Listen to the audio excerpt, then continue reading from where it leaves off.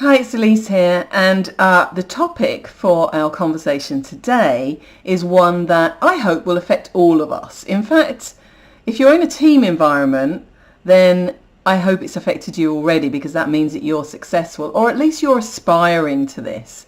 So the question is, how do you move successfully from being a peer on a team to being the manager of that team?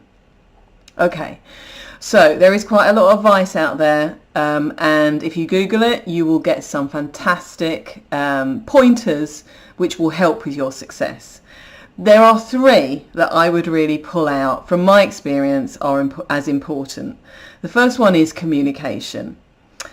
It's really important that to transition the new organisation, your new role, new team structure maybe, is effectively communicated, and that it's done very quickly in a timely fashion, if you like. So that will allay any rumours, and it will put to bed the questions that everybody is asking themselves about what's going on.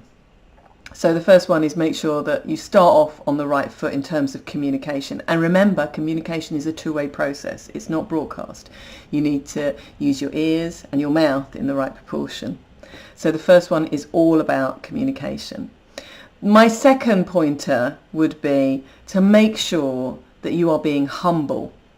Now, that doesn't mean that you're a pushover, but it's likely that you will have had some internal competition for this role. And if you have, you need to acknowledge it and you need to be humble.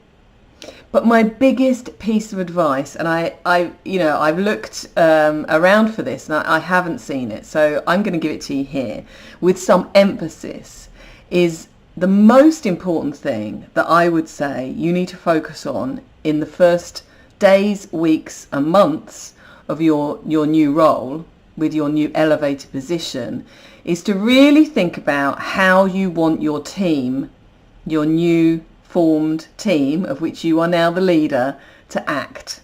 What do you want to be the values, the culture? How do you want to work together? And then you need to role model that behaviour, because everybody will be looking to you to see what is acceptable behaviour. How do you want to work with each other in this new team environment? So those are my three tips for you. One is much more important than the others, so really think about how you can role model the culture and behaviour that you want to foster in your new team. More importantly than that, I would love to hear your advice. So, like I said at the beginning of this video, I hope that we've all been through this, or if we haven't been through it, we're about to go through it, because that's what makes us successful in terms of moving up the career ladder. So what have you learned in your transitions from peer to manager that you can share with other people here to make that transition a little bit more successful and a little bit smoother for them? I'd love to see your comments below. Okay, until next time, thanks.